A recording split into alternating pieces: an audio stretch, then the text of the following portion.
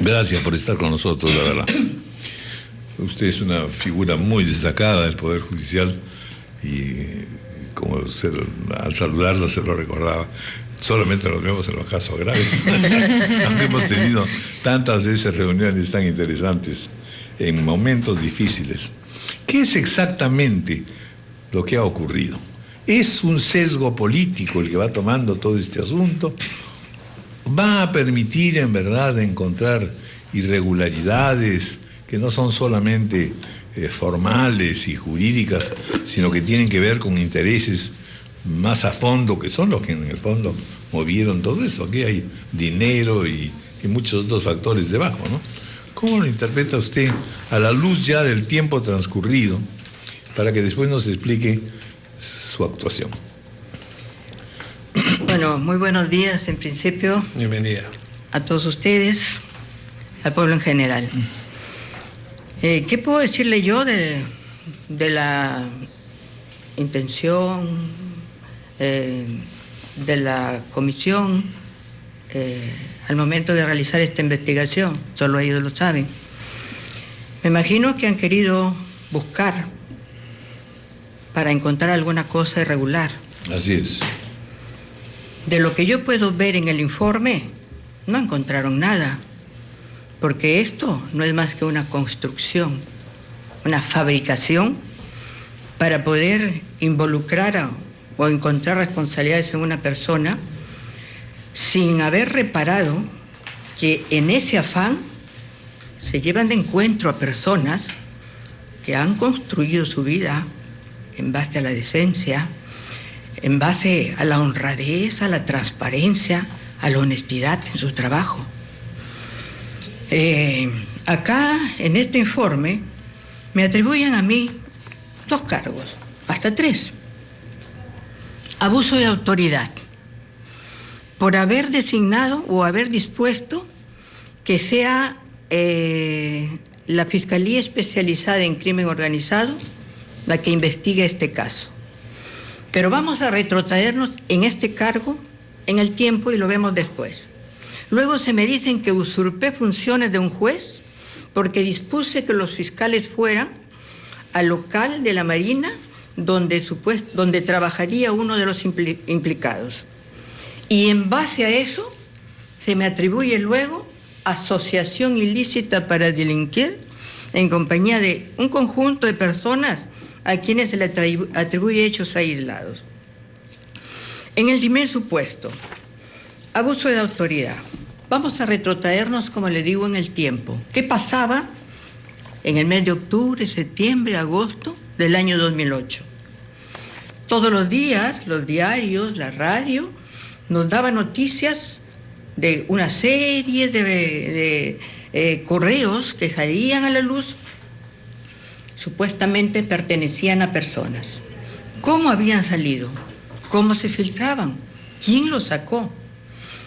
Encontré en mis archivos incluso una de las notas periodísticas que sacó El Comercio, preocupado por el tema, y reclamaba la intervención de oficio de la fiscal de la Nación. Fue la preocupación del pueblo, la tensión del momento, el reclamo de los medios sociales que me llevó a mí a sacar una resolución. En términos generales, no sabíamos que existía BTR ni nadie, ni de quién, ni de dónde venía. Y en términos generales se dijo, el 20 de octubre, a través de los medios de comunicación se ha advertido la existencia de actividades e interceptaciones de comunicaciones privadas de diversas fuentes, cuya frecuencia, magnitud y permanencia en el tiempo hacen suponer la existencia de diversas organizaciones criminales dedicadas a esta ilícita actividad. En base a eso, se dispone que la Fiscalía Especializada en Crimen Organizado se aboque al conocimiento del tema, haciendo uso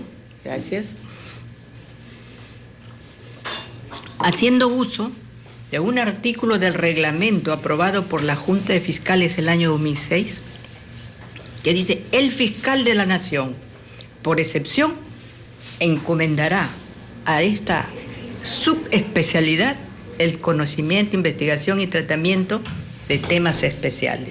Y así es que se les encarga a ellos para que comiencen a investigar. ¿Por qué se dio esa norma en el 2006? No se sabe. ¿Por qué? Habíamos suscrito el convenio, la Convención de Palermo, a través de la cual se debía formar subespecialidades para perseguir al crimen organizado.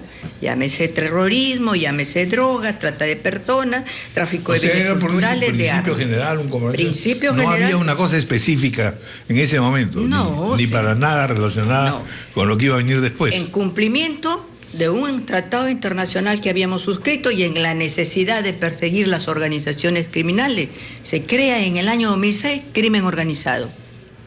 Y hay un reglamento aprobado por la Junta, y en base a ese reglamento, los fiscales, cuando hay una situación de esta naturaleza, la derivamos.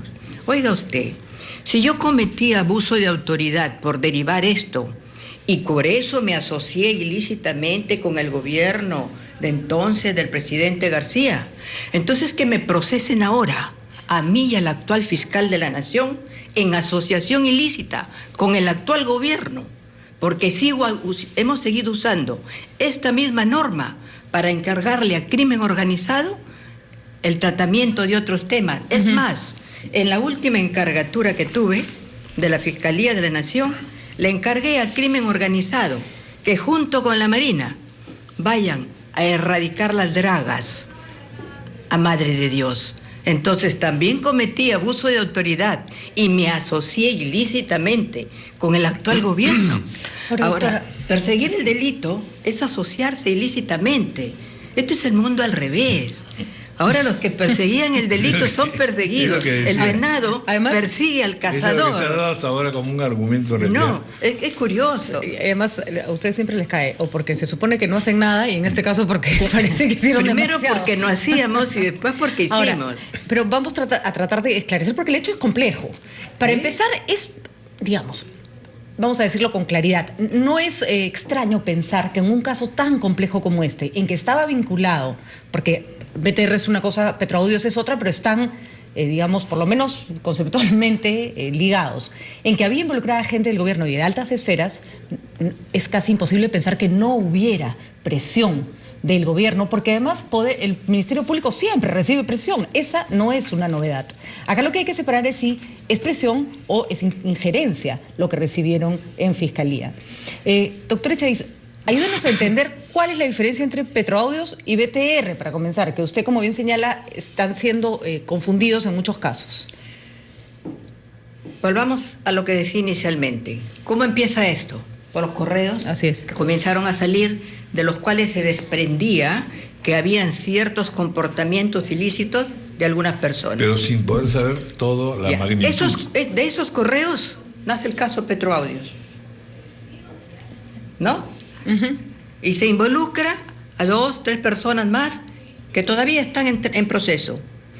Pero como seguían saliendo correos, había que investigar quién estaba interceptando las comunicaciones, no solamente de estas personas, sino también de otras, y la libertad, la privacidad de las personas en general no estaba garantizada. Recuerden, había zozobra, había preocupación, todo el mundo tenía miedo de llamar por teléfono, escribir un correo, era una situación delicada. Había que ponerle coto. Entonces, ¿cómo? A los especialistas, a los que estaban más capacitados, a los que tenían más habilidades y destrezas para el tratamiento del tema, y además por su propia especialidad, porque ya hablábamos de organizaciones. Sí. Por eso es que se les deriva el tema a ellos. Sí. Más bien, luego de la pausa, sí, el tema de la participación del expresidente García y la orden de un juez en contra de lo que finalmente sucedió. Claro, esos son los otros cargos. Los otros cargos. Estamos todavía en el abuso de autoridad, ¿no es cierto? Sí. Y después la usurpación de funciones. Claro. Vamos a